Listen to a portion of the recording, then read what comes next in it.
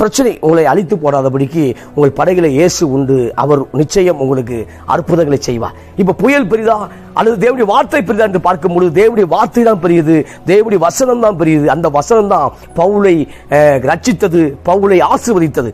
அப்ப பார்க்கும் பொழுது இவர்கள் கொஞ்ச நேரத்துக்குள்ளாக பார்க்கும் பொழுது கடுமையான காற்றுக்குள்ளாக, சூறாவளி காற்றுக்குள்ளாக மாற்றிக்கொள்கிறார்கள். இப்பொழுது இவர்கள் போகக்கூடிய திசையில படகு போகவில்லை.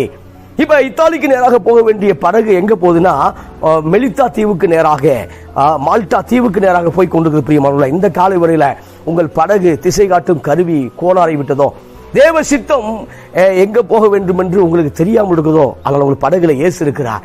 அவர் வார்த்தையை பெற்றுக்கொண்ட நீங்கள் தைரியமாக இருக்கும்படியாக தேவன் விரும்புகிறார். இங்க சொல்லும் பொழுது கொஞ்ச நேரத்துக்குள்ளாக அந்த யூரோ கிளிதோன்கிற கடுங்காற்று கப்பல்ல மோதும் பொழுது இப்போ இவங்க போகக்கூடிய திசையிலே போகாமல் கப்பல் வேற ஒரு இடத்துல போய்கொண்டிருக்கும் பொழுது இவர்கள் பலட்டு போனார்கள், அவிசுவாசமாய் போனார்கள். இவர்கள் ஸ்தோத்திர பிழைப்போங்கிற நம்பிக்கை அற்று போனார்கள். ஆனாலும் அந்த இடத்துல பவுல் இருந்ததுனால பவுலுக்கு ஒரு வார்த்தை வந்தது. அந்த வார்த்தை தான், நீ ராயருக்கு முன்பாக நிற்க வேண்டும். அந்த வார்த்தை தான் உன்னோடு கூட இருக்கிற யாவரையும் கர்த்தர் நினைத்தார் என்கிற வார்த்தை தான். இந்த காலை வேளையில் அன்பு சகோதரிய, அன்பு சகோதரா, புயலை பார்த்து ஏமாற்றப்பட்டு விட்டாயோ, புயலை பார்த்து பயந்து போனாயோ, பவுலுக்கு விரோதமாக பல புயல்கள் அடித்தது. சூப்பர்ல.